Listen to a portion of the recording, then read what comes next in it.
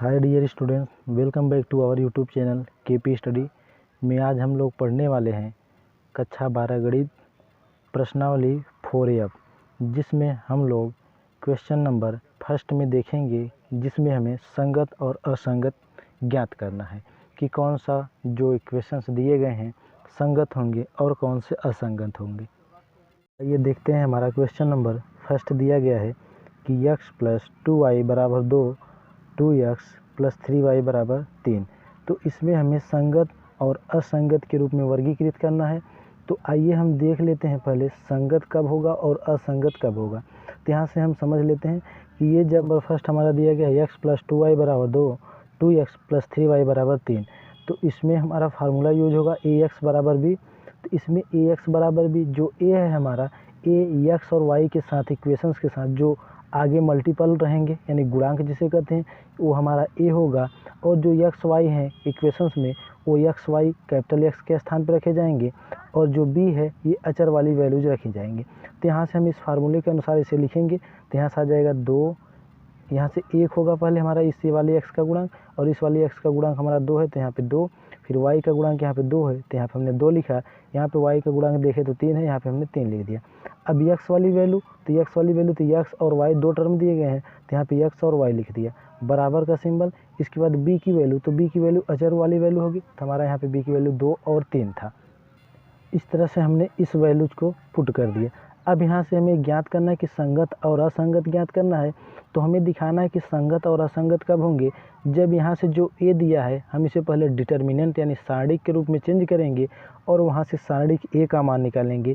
यदि a का मान 0 न आए तो हमारा जो ये इक्वेशंस दिया गया है वो संगत होगा, और यदि 0 आ जाएगा तो असंगत होगा। तो पहले हम इसे a की वैल्यू को डिटर्मिनेंट के रूप में चेंज करेंगे। तो यहाँ से मान लेंगे कि a बराबर, अब इसे सारणिक के रूप में लिखेंगे। तो यहाँ से 1 2 2 3 इस तरह से। अब यहाँ से हम सारणिक a का मान ज्ञात कर लेंगे। ये सारणिक के रूप में हमने लिखना है, तो यहाँ पे सारणिक का सिंबल इस तरह से यूज करेंगे। अब यहाँ से सारणिक a बराबर ज्ञात कर लेंगे।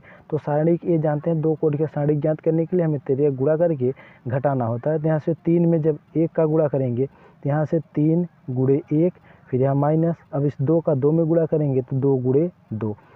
अब यहाँ से घटा देंगे तो 3 1 कम 3, माइनस 2 दूनी 4। यहाँ से घटा देंगे तो ये वैल्यू कितनी आ जाएगी हमारी -1। अब जानते हैं कि -1 डज नॉट इक्वल टू क्या 0, अर्थात -1 जो है हमारा 0 के बराबर नहीं है, अर्थात 0 न आना, मान हमारा 0 न आए तो फलन हमारा क्या होगा, संगत होगा। तो ये जो समीकरण दिया गया है हमारा, हम कह सकते हैं अतः यह समीकरण क्या है, संगत है। अतः समीकरण संगत है। हमें यही संगत असंगत ज्ञात करना था। यदि हमें यह ध्यान रखना है कि जब डिटर्मिनेंट a की वैल्यू 0 नहीं आएगी तो फलन हमारा संगत होगा, यदि 0 आ जाएगा तो फलन हमारा असंगत होगा। तो आइए हम देख लेते हैं अपने अगले क्वेश्चन को। क्वेश्चन नंबर सेकंड हमारा दिया गया है 2x - y = 5 और x + y = 4। तो हम इसे भी ax = b के रूप में पहले लिखेंगे। तो यहाँ से लिखेंगे ax = b, इस तरह से इसे लिखेंगे। तो यहाँ पे हमें सब वैल्यूज पता है कौन किसकी वैल्यू होगी। तो यहाँ से हम a की वैल्यू लिखेंगे। तो यहाँ से देखिए x का गुणांक पहले वाले इक्वेशन में 2 दिया गया है, और दूसरे इक्वेशन में x की वैल्यू कितनी दी है, गुणांक 1 दिया गया है। और यहाँ से y का गुणांक पहले वाले में इक्वेशंस में देखें तो पहले वाले इक्वेशंस में y की वैल्यू गुणांक जो दिया गया है -1 और दूसरे वाले में 1, इस तरह से दिए गए हैं वैल्यू। अब यहाँ से a की वैल्यू पता होगी। अब यहाँ से x की वैल्यू, तो x और y के रूप में इक्वेशन है क्योंकि यहाँ पे x और y है, तो यहाँ से x y लिखेंगे। फिर यहाँ से बराबर का सिंबल बराबर। अब यहाँ से v की वैल्यू, तो b की वैल्यू हमारी 5 और 4 है, तो यहाँ से 5 और 4 रख देंगे। अब इसे हम सारणिक के रूप में चेंज करेंगे ये वाले वैल्यू को। तो यहाँ से लिखेंगे सारणिक a बराबर, अब इसे सारणिक के रूप में लिख देंगे। तो यहाँ से 2 माइनस का 1 1 और 1 इस तरह से रखेंगे। अब यहाँ से सारणिक a का मान ज्ञात कर लेंगे। तो यहाँ से लिखेंगे सारणिक a बराबर, अब ये जानते हैं कि 2 कोटि का जब सारणिक दिया रहता है तो हमें यहाँ लेफ्ट तरफ से ये देखें, तो अगर ये वाला समझे तो ये वाला लेफ्ट होगा हमारा, ये लेफ्ट होगा और ये वाला राइट होगा। इस राइट का इस तरह से 13 गुणा करेंगे और इस लेफ्ट वाले का गुणा करके राइट वाले में से घटा देंगे। तो जब 1 का 2 में गुणा करेंगे तो 2 1 कम 2, फिर यहाँ पे माइनस सिंबल लगाएंगे। अब 1 का -1 में गुणा करेंगे तो माइनस का 1 मिलेगा। तो हमने इस तरह से इसे ब्रैकेट में लिख दिया। अब ब्रैकेट को हटाएंगे तो यहाँ से 2 और माइनस माइनस का मल्टीपल होकर प्लस हो जाएगा और 1 बराबर यहाँ पे क्या आ गया 3, जो कि डज नॉट इक्वल टू क्या है 0, यानी 0 के बराबर नहीं है। अतः जो समीकरण दिया गया है, अतः समीकरण हमारा क्या होगा संगत होगा। अतः समीकरण हमारा क्या है संगत है। आइए अब हम देखते हैं अपने नेक्स्ट क्वेश्चन को। क्वेश्चन नंबर 3 हमारा दिया गया है x + 3y = 5, 2x + 6y = 8।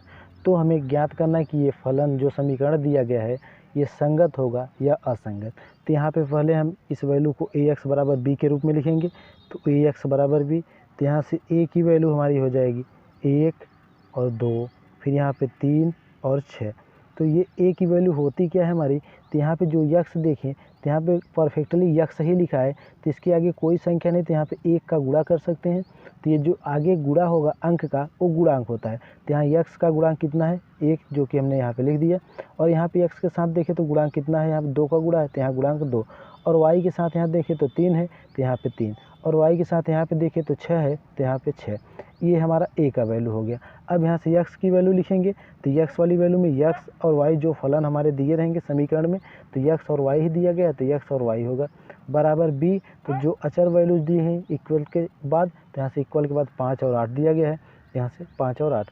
अब इसे हम सारणिक a के रूप में चेंज करेंगे a वाली वैल्यू को, तो यहाँ से लिखेंगे सारणिक a बराबर, अब इसे सारणिक के रूप में रखेंगे, तो यहाँ से 1 3 2 6 इस तरह से रख देंगे। अब यहाँ से हम सारणिक a का मान ज्ञात कर लेंगे। तो सारणिक a बराबर 1 का 6 में गुणा करेंगे, तो 6 1 कम 6, फिर यहाँ माइनस का सिंबल। अब 3 में 2 का गुणा करेंगे, तो 3 दूनी 6। अब 6 में से 6 घटा देंगे तो क्या आ जाएगा 0। तो हमने यही सीखा कि जब यह वैल्यू हमारी 0 नहीं आएगी तो फलन हमारा संगत होगा, यदि वैल्यू 0 आएगी तो फलन हमारा क्या होगा असंगत। अतः ये जो वैल्यू है 0, ये कह सकते हैं कि 0 हमारा इक्वल है कि इसके 0 के। तो जब इक्वल 0 के है तो अतः जो है समीकरण हमारा होगा, ये समीकरण हमारा क्या होगा असंगत होगा। अतः समीकरण हमारा क्या है असंगत। तो आइए अब चलते हैं अपने नेक्स्ट क्वेश्चन की तरफ। क्वेश्चन नंबर 4 हमारा दिया गया है, जो कि हमें 3 कोड के रूप में दिया गया है। तो क्वेश्चन नंबर हमारा क्या है x + y + z = 1, 2x + 3y + z = 1, ax + ay + 2az = 4। तो यहाँ से हम इसे ax = b के रूप में लिखेंगे, ax = b। तो यहाँ से a की वैल्यूज लिख लेंगे सब। तो a की वैल्यू देखें तो पहले x वाला गुणांक कितना है 1 2 a, फिर यहाँ से y का गुणांक देखें 1 3, फिर यहाँ से a। अब यहाँ से z वाला गुणांक देखिए तो 1 1 फिर 2a, ये हमारे a के वैल्यू हो गए। अब यहाँ से x वाला मान देखें तो यहाँ पे तीनों टर्म दिए गए हैं x y और z।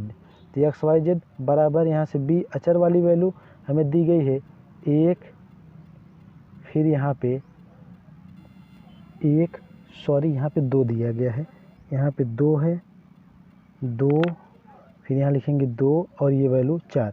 तो हमने यहाँ पे ax = b के रूप में लिख दिया।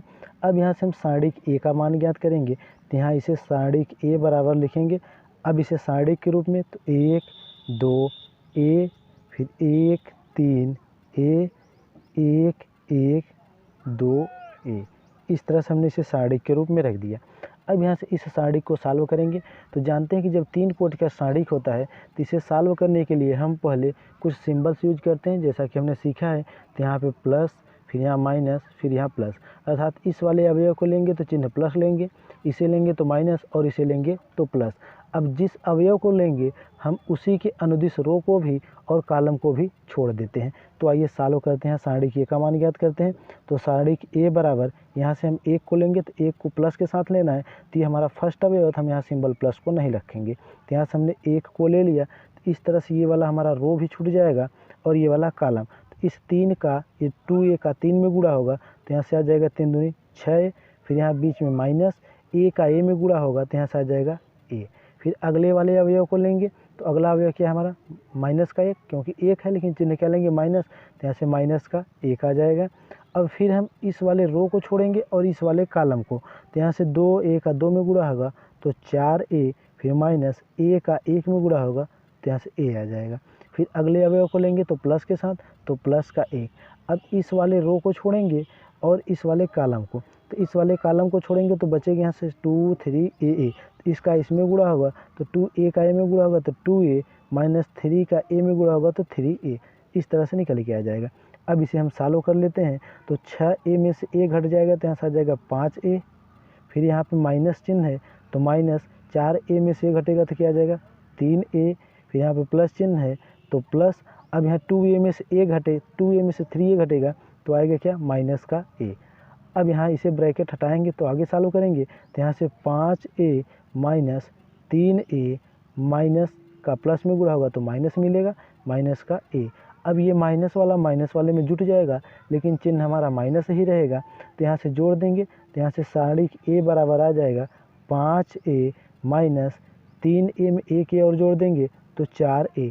अब 5a में से 4a घटा देंगे तो क्या आएगा हमारा a, जो कि क्या है डज नॉट इक्वल क्या है 0 है। अर्थात ये जो a दिया गया है ये 0 के बराबर नहीं है। अर्थात a की वैल्यू यदि 0 आ जाती तो ये हमारा असंगत होता, लेकिन यहाँ पे हमें वैल्यू सॉल्व करने पर सारिक a का मान 0 न मिल के हमें क्या मिला है a मिला है। तो जब a मिला है तो ये हमारा 0 तो है नहीं, तो अतः फलन हमारा जो समीकरण दिया गया, अतः समीकरण हमारा क्या होगा, अतः समीकरण संगत होगा। अतः हमारा समीकरण क्या होगा, संगत होगा। तो हम अपने नेक्स्ट वीडियो में अब देखने वाले हैं कि आव्यूह विधि से समीकरण को कैसे हल किया जाता है। तो कृपया आप लोग चैनल पे नए हैं तो चैनल को लाइक, शेयर और सब्सक्राइब करना न भूलें। Thanks for watching.